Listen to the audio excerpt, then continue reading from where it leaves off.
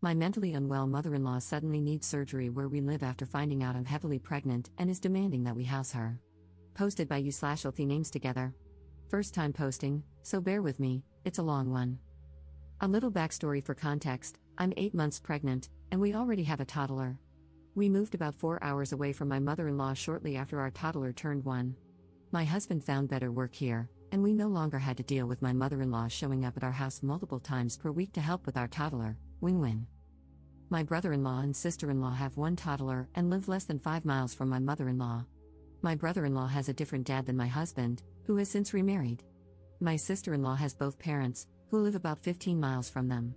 My husband's dad passed away when he was 12, and both of my parents have also passed. This makes my mother-in-law our children's only living grandparent, which comes into play later. Around 4 months pregnant, before we had told anyone we were expecting, my mother-in-law started acting more erratic. She somehow wrecked her car's tire, completely splitting the rim in half. She was later found walking around her apartment complex barefoot in the middle of the night, claiming she was looking for her dog, who was inside her apartment. Then, she started beating on her neighbor's door around 2 a.m., enough to cause significant damage because she said she needed a phone charger. We assumed mental health issues or that she had started drinking again and deemed her unsafe to drive. My brother-in-law and sister-in-law begged us to drive down to fix her car and take it back with us until they figured out what to do. They worried that if the car were at their house, she would just take it back. So, we drove down, fixed the car, and brought it back with us, where it has since been killing a patch of grass in our yard. About a month ago, things seemed to have smoothed over, so we told my brother-in-law and sister-in-law we were expecting. We asked them to keep the news to themselves until we were closer to delivery, but they told my mother-in-law shortly after. Lesson learned. My mother-in-law immediately spiraled. Suddenly, she needs a surgery that can only happen where we live. She told me she had scheduled the procedure and would need me to pick her up and take her to the appointment because we have her car. Turns out, this appointment is just with a specialist to determine if she even needs the procedure. She scheduled this appointment for next week. I let her know I was summoned for jury duty next week and had a doctor's appointment of my own, so I couldn't miss more work. At this point, my mother-in-law started pulling in my husband's aunts to repeatedly call him, insisting there's no reason we can't pick her up over the weekend and let her stay at our house until the appointment. Of course, my mother-in-law agreed. They argued that none of this would be necessary if you hadn't essentially stolen her car. My brother-in-law and sister-in-law refused to drive her more than an hour closer to us and insist we should just give her the car back so she can drive herself home. We told them we aren't holding her car hostage. If they drive her here, she can have it. We have enough to worry about as it is without adding my mother-in-law to the mix, but we can't make a round-trip drive down there. Last night, my husband called her and asked if she could at least reschedule for September, when we'd have more time to figure out the logistics. She refused. Why? Because if she doesn't get seen until September, she won't be able to have the surgery until after I've had the baby. My husband pushed back, saying she wouldn't be at the hospital with us anyway and wouldn't be seeing the baby until she's vaccinated, regardless of where she lives. She started screaming that he's never done anything for her, that our children deserve to have grandparents, and that if we won't take care of her when she needs medical attention and are going to keep her away from her grandchildren for no reason, we'll regret it, etc. My husband got upset and told her she wasn't the problem, but the timing of the appointment was, and she should reschedule.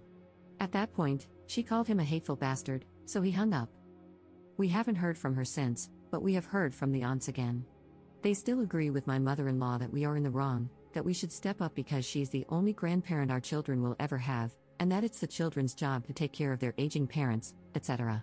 Ironically, they aren't giving the step up and take care of her speech to my brother-in-law or sister-in-law. Are we wrong here?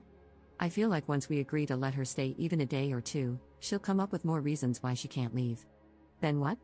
Relevant comments. Commenter. She's nuts, and you're pregnant. There's no way she should spend even an hour in your home. The rest of dear husband's family just doesn't want to get stuck with her craziness. Listening to them is like getting legal advice from someone you're suing. It only serves their interests, not yours. Op's response. This is what I told one of his aunts when she asked, "What's the problem with her staying at your house?" I replied, "What's the problem with her staying at yours?"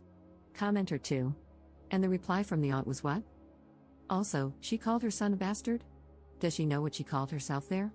Op's response. She said it's not her place because it should be us stepping up to take care of her, adding some of the "this is the only mom you're gonna get" guilt herself. And yes, it was his mom who called him a hateful bastard, but she definitely didn't see it as an insult to herself. My husband said she had never tried to use his dad's death against him and couldn't understand why she would go that far over being asked to reschedule a doctor's appointment. Commenter 3. You can probably hire a bonded driver to drive it back to her, it might be cheaper. A dark thought does cross my mind, though. Have the car checked by a mechanic before you return it to her. Heaven forbid she gets into an accident and then blames you for sabotaging her car while it was in your possession. Personally, I would have a relative drive it over and drop it off with a brother-in-law and sister-in-law since it was their idea to have you take it in the first place. Give it back to them and let them deal with it, you have enough to do. Ops response. Oh, that's a very good point and something I could definitely see her doing. We will definitely have a mechanic look it over and provide us with something on paper stating the car's condition. If we don't take it to the aunt's house, we'll definitely be dumping it at my brother-in-law's house. Update 3 weeks later. So, my mother-in-law's appointment was 2 weeks ago. She stayed with Flying Monkey Aunt, and my husband and I took her car to the aunt's house.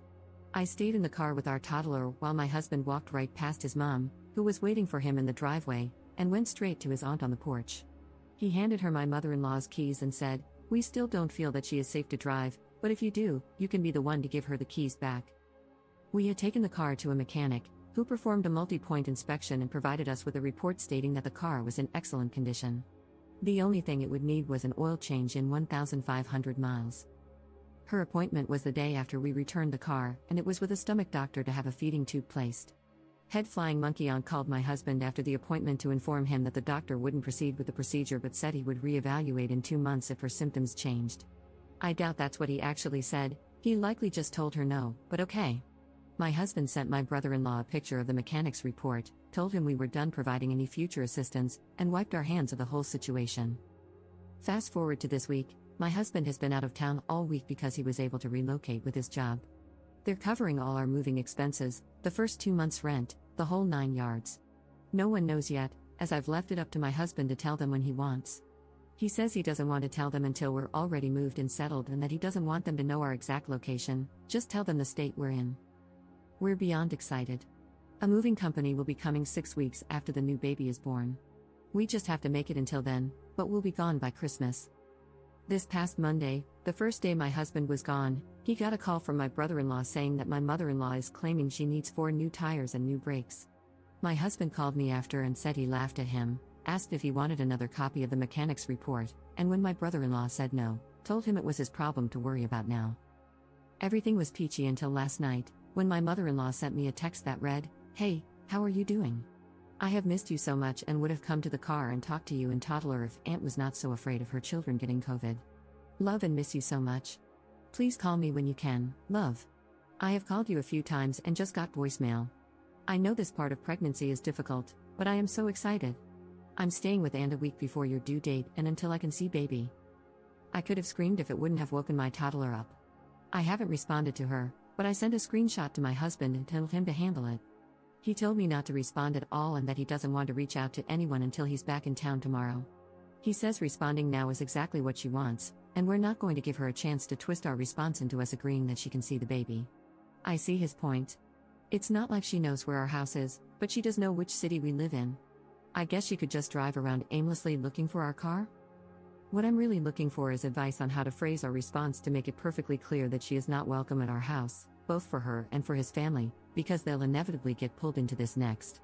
Relevant comments. Commenter. Is it just me, or is the mother-in-law's appointment in 2 months close to your due date? That seems convenient, doesn't it? Ops response. It's also convenient. Everything is on her timeline, exactly what/how she wants it to be. Most of what she says is so contradictory that it drives me mad. When I finally heard that this appointment was for a feeding tube, I couldn't believe it. Who wants to sign up to have a feeding tube placed when they can eat normally? Second update 3 months later. We've done it. The baby was born at the end of October. My mother-in-law found out in early November and called my husband, saying how sorry she was that she missed it because she was in church. He literally laughed at her, told her he had to go, and hung up. My dear husband was planning to just ignore texts and calls from his family so that he could still be contacted in the event of a true emergency, but that plan was short-lived. The head Flying Monkey called to say that my mother-in-law would be coming to our house to see the baby for a few days the following week and would leave after her doctor's appointment. She had made another appointment for a feeding tube after the first doctor refused to do it. My husband remained so calm.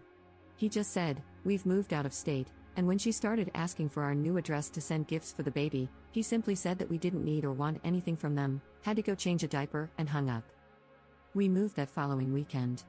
So far, we've enjoyed a peaceful Thanksgiving, a wonderful anniversary, and are ready for a Merry Christmas, just the four of us. My husband blocked his family with the exception of his brother. I didn't want to push him to block anyone, so it's nice that he's come to this conclusion on his own, and our future looks so calm. Relevant comments. Commenter. Congratulations, I love reading the threads where the ops and their spouses actually do something about the problem. You and your dear husband are awesome. Ops response. 6 months ago, I was talking to / texting my mother-in-law every day. She would start calling around 5 or 6 a.m., and it was so hard to break away from that. 3 months ago, we felt so enmeshed, borderline codependent on her. Even though the daily calls and texts had slowed, it was hard to think clearly. Today? We feel free. Instead of worrying about a fully grown woman, we're able to focus on our growing little family. All that to say, it's a difficult process when you're going through it, but it feels amazing when you're able to cut out the toxic. Commenter 2. My mother used to call me very early in the morning, for example, 5 a.m., when she was old and needed some trivial assistance, such as changing a light bulb. She called on the landline, everyone else used the mobile. So, I unplugged the landline every night.